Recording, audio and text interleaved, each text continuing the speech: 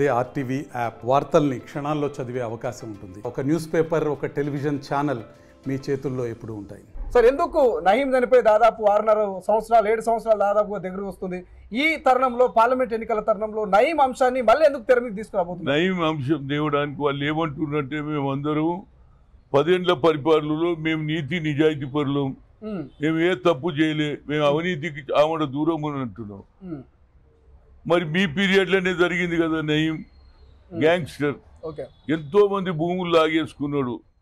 Police స్టేషన్కి పోతే sir ఇట్లా నయీం నా భూమి 5 ఎకరాలు కబ్జా చేసిండు, నన్ను భయపెట్టిస్తుండు, చంపేస్తాడు పోలీసు వాళ్ళు ఏమన్నా తెలుతారే, ఎందుకురా పోయి ఏదన్నా అడ్జస్ట్ చేసుకో 2 ఎకరాలు ఇచ్చేసానికి కడమ నువ్వు ఇట్లా తశ్వలు చేసిండు.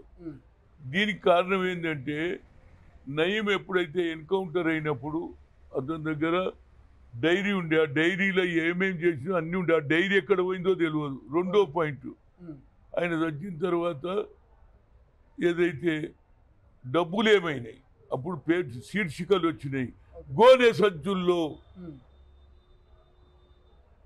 మిషన్లతో డబ్బులు లెక్క పెట్టిరు, చేతితో లెక్క అంటారు. మన గోనె సంచులు ఏమైనాయి, ఆయన బంగారం ఏమైంది, ఆయన వెండి ఏమైంది, ఇంత అంటే ఒక 15-20 ఏళ్ళు రాజ్యం నడిపించిండు. పోలీసు వాళ్ళు అండగా ఉన్నారు. క్లియర్ చెప్తున్నా, పోలీసు వాళ్ళే అతనికి అండగా ఉండడం వల్ల అతనికి ఇష్టారాజ్యం చేసిండు. పేదోళ్ళ భూములన్నీ తీసుకున్నాడు, భయపెట్టించేసి. వాళ్ళు చెప్పుకున్నా అడిగేటోడు లేడు. పోనీ సిట్ వేసిండ్రు నాగిరెడ్డి గారిని. ఆ తర్వాత ఏమన్నారు, మీరు భూములు పోయిన వాళ్ళందరూ రండి మేము చూస్తాము. ఇప్పటివరకు ఆ భూములు ఏమైనాయి?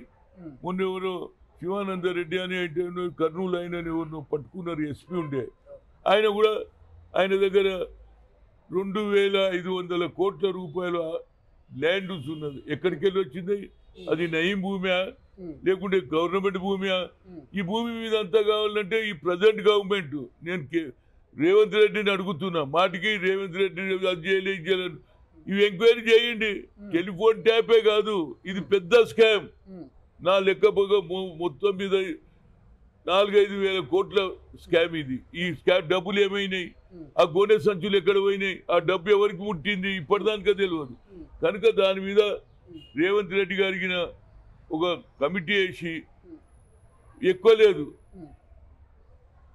1 month లోపల అన్ని దొరికిపోతాయి డబ్బులు. ఇప్పుడు వి హనుమంతరావు గారు ఆ డబ్బులు ఎవరు తిన్నారు అనుకుంటున్నారు? ఆ డబ్బులు నిజంగా ప్రభుత్వానికి చేరినాయి అనుకుంటున్నారా, లేక మధ్యవర్తులు తిన్నారు అనుకుంటున్నారా? దానికే తెలియదు అంటున్నాడు. ప్రభుత్వం దగ్గర పోయిందా డబ్బు, మధ్యవర్తులు తీసుకున్నారా? మరి డబ్బు ఏమైందో ఇంతవరకు ఎవరు చెప్తలేడు. గోనె సంచులు అంటే ఎన్ని కోట్ల రూపాయలు ఉండొచ్చు చెప్పండి. గోనె సంచుల్లో లెక్క పెట్టిండ్రని చెప్పిండ్రు. అది కూడా మిషన్లు తెప్పించి. బంగారం దొరికిందన్నారు, ఎండి దొరికిందని. మరి ఏమైనా ఇప్పటిదానికి ఆ రిపోర్టే లేదు. కనుక దానికి ఏమంటున్నట్టే రేవంత్ రెడ్డి గారు రిక్వెస్ట్ చేస్తున్నా, ఆ డబ్బులు ఎవరికి పోయినాయి, ఇది ఇవాళ రేపు ఏమైపోతుంది, ఆ డబ్బులతోటే రాజకీయాలు చేస్తున్నారు. ఈ డబ్బులతోటే ఎవరైతే గతంలో మంత్రులు ఉన్నారు, మంత్రులకు అందినాయా, శాసనసభ్యులకు అందినా, పోలీస్ ఆఫీసర్లు తిన్నారా? తెలియాలి కదా. నయీంను ఎన్కౌంటర్ చేసిండు, ఒప్పుకుంటా, వాడు దుర్మార్గం చేసిండు. కానీ ఆ డబ్బు ఎక్కడ వాళ్ళు పేదోనికి అందిందా? పోనీ ఆ భూములు ఇప్పటిదానిక లిటిగేషన్ అట్లనే ఉన్నాయి. ఆ భూములు కూడా ఇప్పటిదానికి వాళ్ళు కాగితాల దగ్గర పెట్టుకుని భయపెట్టిస్తున్నారు. ఇప్పటి కూడా గ్యాంగ్ నడుస్తూనే ఉన్నది. కనుక నా ఉద్దేశంలో అది చేస్తే మేము ఏం చేయలే, మా పాపం కాదు, మేము తినలే, అన్నిటికీ వాళ్ళు జవాబు చెప్తారు. మరి నయీం మీ పీరియడ్లోనే అయింది కదా. నయీంను ఎవరెవరు బెదిరించిండ్రు వాళ్ళ లెక్క కూడా తీయాలి కదా. నయీం బెదిరించిన వాళ్ళే కదా సీఎంను అప్రోచ్ అయితేనే ఆయన తర్వాత ఎన్కౌంటర్ చేయించాడు. మరి ఆ డబ్బు ఏమైందో నాకు ఇప్పటిదానికి అర్థం కేవలం బాధితులకు అందించలేరంటారా? నయీంకి సంబంధించిన బాధితులకు ఆ డబ్బులు ఆస్తులు పోలేవంటారా? బాధితులకు ఇప్పటిదానికి ఆ భూమి ఏమైంది? పేదోనికి భూమి దొరికిందా? వాడు 5 ఎకరాలు వచ్చినాయా, వాడు 3 ఎకరాలు వచ్చినాయా? అది కూడా తెలియకపోతే ఎట్లా? పేరుకే మేము చంపేసినాం. అరే పేదోడుకు పోలీస్ స్టేషన్లో పోయి, అయ్యా మాకు అన్యాయం జరుగుతుంటే పోలీసు వాళ్ళే చెప్పబడ్డారు, నువ్వు పోయి తశ్వ చేసుకోరా, ఏదన్నా ఇచ్చేసాయి, మాతోటి కాదు అన్నారా లేదా? It is a fact. ఈడికెళ్ళాడదానికే నడిపించిండు ఆయన. రంగారెడ్డి నుంచి నల్గొండ వరకు నడిపించిండు. ఇంపార్టెంట్ భూములు కూడా పెద్ద పెద్ద బిజినెస్ మెన్లకు కూడా అల్టిమేట్ 50 కోట్లు పంపి 10 కోట్లు పంపి అన్నడా లేదా? మరి 10 కోట్లు 50 కోట్లు ఏమైనాయి? కనుక దీని మీద ఏ ఆఫీసరు భుజంగరావు ఎవరెవరో పేర్లు చెప్తున్నారు, నాకు తెలియదు. అవన్నీ బయటికి రావాలంటే ఆయన ఒక కమిటీ వేసి ఎంక్వైరీ చేస్తే ఎక్కువ రోజులు కాదు, 1 మంత్ లోపల తెలిసిపోతుంది డబ్బులు ఎక్కడ పోయినాయి. దాని మీద ఎంక్వైరీ చేస్తే తెలుస్తుంది.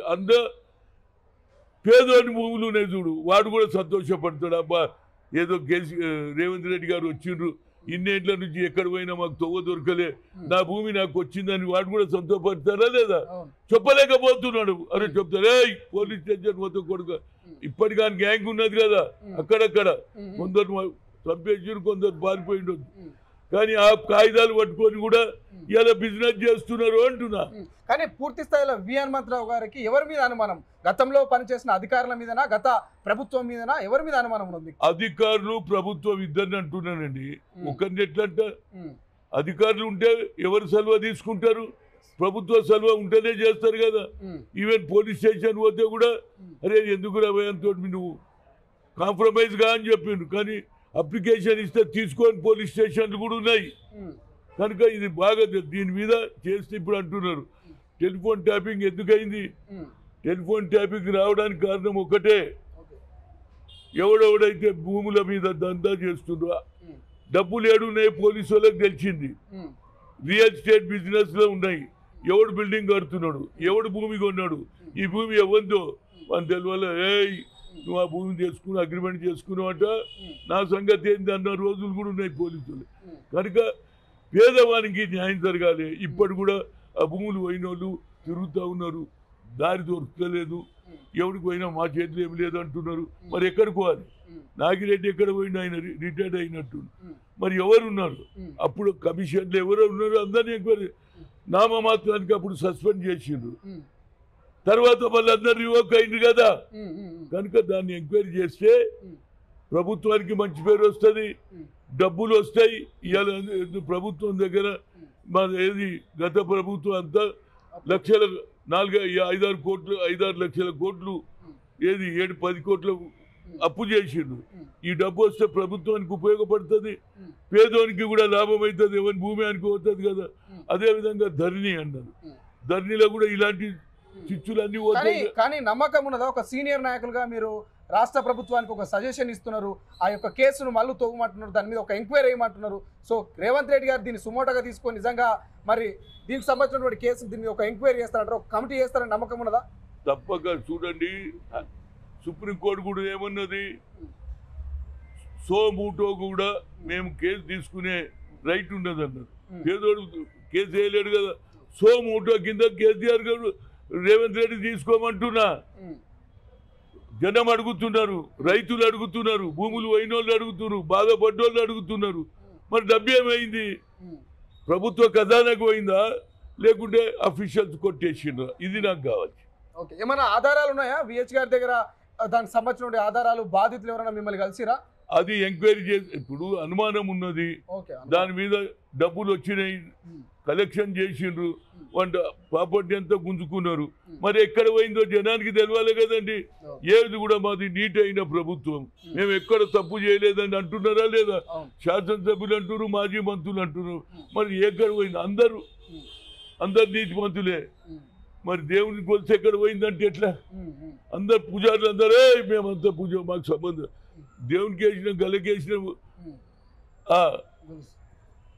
ఆభరణం ఎక్కడ పోయింది, ఆ గొలుసు ఎక్కడ పోయింది అని అడుగుతున్నా నేను. అదే అందరు నీతులుగా మాట్లాడుతున్నారు. అది బయటకు వస్తే ప్రభుత్వానికి మంచి పేరు వస్తుంది, పేదవానికి కూడా అరే నా భూమి ఇప్పించుండ్రా రేవంత్ రెడ్డి అని ఆయనకు కూడా పేరు వస్తుంది అనేది నా ఉద్దేశం. ఎప్పుడు కలవబోతున్నారు మరి ముఖ్యమంత్రి? నేను లెటర్ రాస్తాను, పర్సనల్ గా ఇవ్వాలని చూస్తున్న మీటింగ్ ఈ 2-3 రోజులలో. ఏది పార్లమెంట్ ఎన్నికలు కంటే ముందే నేను ఈ మీటింగ్లు ఇవ్వాలి. దీంట్లో బిజీ ఉన్నా, రేపు ఎల్లుండో కలిసి ఆయనకు తప్పనిసరిగా పర్సనల్గా ఇస్తా, లేకుంటే లెటర్ ఇచ్చి మళ్ళీ ఒకసారి పర్సనల్ కూడా మాట్లాడతాను. ఇప్పుడు మీ ఫోన్ ట్యాపింగ్ అన్నారు, మీది ఎప్పుడైనా ఫోన్ ట్యాపింగ్ అయిందా? మీకు ఎవరైనా ధమ్కిలు ఇచ్చిన సందర్భాలు ఉన్నాయా? చూడండి, నాది ట్యాపింగ్ ఎందుకు కాదంటే నా దగ్గర ఉన్నది లేదు, ఏం లేదు. నా ట్యాపింగ్ చేసుకొని వేస్ట్ కదా. నేను సంపాదించాలంటే సగం హైదరాబాద్ నాది, అందరికి తెలుసు. హనుమంతన్న దగ్గర ఏం లేదు.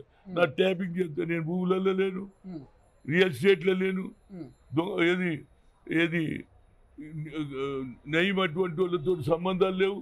కనుక నా దగ్గర ఎవరు చేసేవానికి టైం వేస్ట్ కదా. అరే ఎవరు అరే హనుమంతరాజు ఏం దాని దగ్గర ఏం దొరుకుతుంది అంటే అందుగురించి ఎవరు చేయలేదు అనేది నా ఉద్దేశం. కొందరు చేసిండ్రు, బిజినెస్ వాళ్ళు చేసిండ్రు, ఆఫీసర్ చేసిండ్రు, నాయకులకు చేసిండ్రు అని వాళ్ళే అంటున్నారు.